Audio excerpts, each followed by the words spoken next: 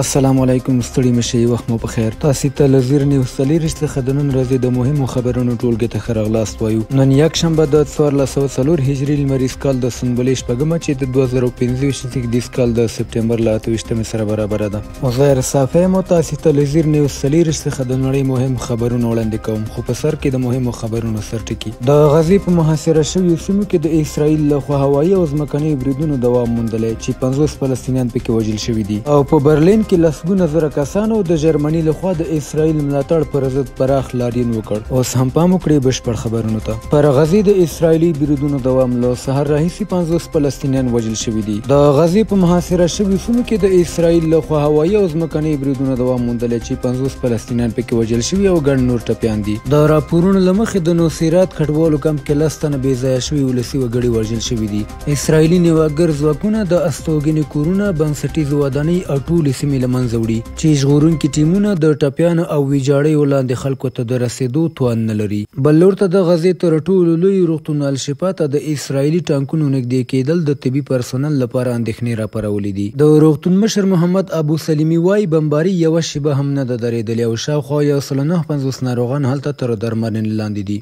په برلین کې لسګونه زره کسانو د جرمني لخوا د اسرائیل ملاتړ پر ضد پراخ لاریون وکړ. په برلین کې له 100 زره زیات کسان د جرمني د حکومت پر ضد سړکونو ته راوتلي، تر څو د اسرائیل لخوا په غزه کې د روانو بریدونو او د جرمني ملاتړ پر ضد خپله سخته ناخوښي څرګنده کړي. دغه لاریون د آل ایز آن غازا سټاپ د جنوساید تر عنوان لاندې د شاوخوا 50 بېلابېلو سازمانونو لخوا چې پکې پرو فلسطیني ډلې، امنیسټي انټرنیشنل، میډیکو انټرنیشنل او د اپوزیسون چپ ګوند شامل وو رابلل شوي وو. لاریون کوونکو له حکومت وغوښتل چې له اسرائیل سره خپله نظامي همکاري پای ته ورسوي. هغوی غوښتنه وکړه چې د وسلو، مهماتو او پوځي تجهیزاتو صادرات، واردات او ترانزیت بند شي او پر اسرائیل د اروپایي بندیزونه ولګول شي. لاریون کوونکو د آزاد فلسطین په غزه کې نسل وژنه بنده کړي، نور هېڅکله د ټولو لپاره او فلسطین ته ازادي شعارونه ورکول. لاریون کوونکو ویل د اسرائیل کړنې د ګڼو نړیوالو کارپوهانو او ادارو لخوا نسل وژنه بلل شوې او د نړیوال عدالت محکمه څیړي. سره له دې چې اسناد او شواهد روښانه دي، جرمني حکومت لا هم دا سیستماتیک تاوتریخوالی نه مني او خپلو نظامي اړیکو ته دوام ورکوي.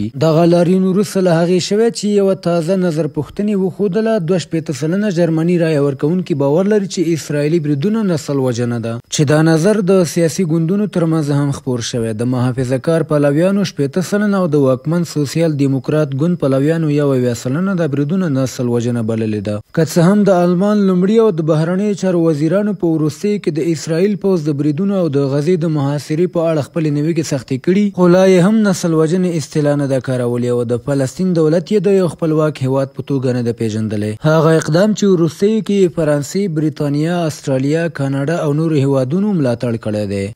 مهاتیر محمد 100 کلن شو. دی وایي د غزې نسل وژنه به هیره نه شي. د مالیزیا پخواني لومړي وزیر مهاتیر محمد چې 100 کلنۍ ته ورسېد، ویلي چې د اسرائیل له لوري د غزې پر ولس روانه وحشتناکه جګړه به د نړۍ له حافظې هیره نه شي. په یوه تازه مرکه کې مهاتیر وویل په غزه کې حامله میندې، نوي زیږېدلي ماشومان، ناروغان او بېوزله خلک وژل کیږي. دا نسل وژنه ده او پیړۍ به دا وحشت هیر نه شي. مهاتیر چې د فلسطین کلک ملاتړی پاتې شوی د شخړې د حل یوازینی منطقي لار دوه دولته حل وباله، خو ویل چې دا حل به د په خپل ژوند کې ونه ویني. هغه د اسرائیل کړنې د بوسنیا جګړې او نازي جرمني له وحشت سره پرتله کړي او حیران پاتې شوی چې څنګه یو ملت چې خپله یې نسل وژنه تجربه کړي بیا هم پر نورو هم دا ظلم تکراروي. هغه د چین د پرمختګ ستاینه هم وکړه او ویل چې دا هیواد به ژر تر امریکا مخکې شي. نوموړی وایي چین ډیر خلک لري، بازار یې غټ دی او خلک یې زیارکښ دي. راتلونکي کې به امریکا ونشي کولی چې له چین سره سیالي وکړي.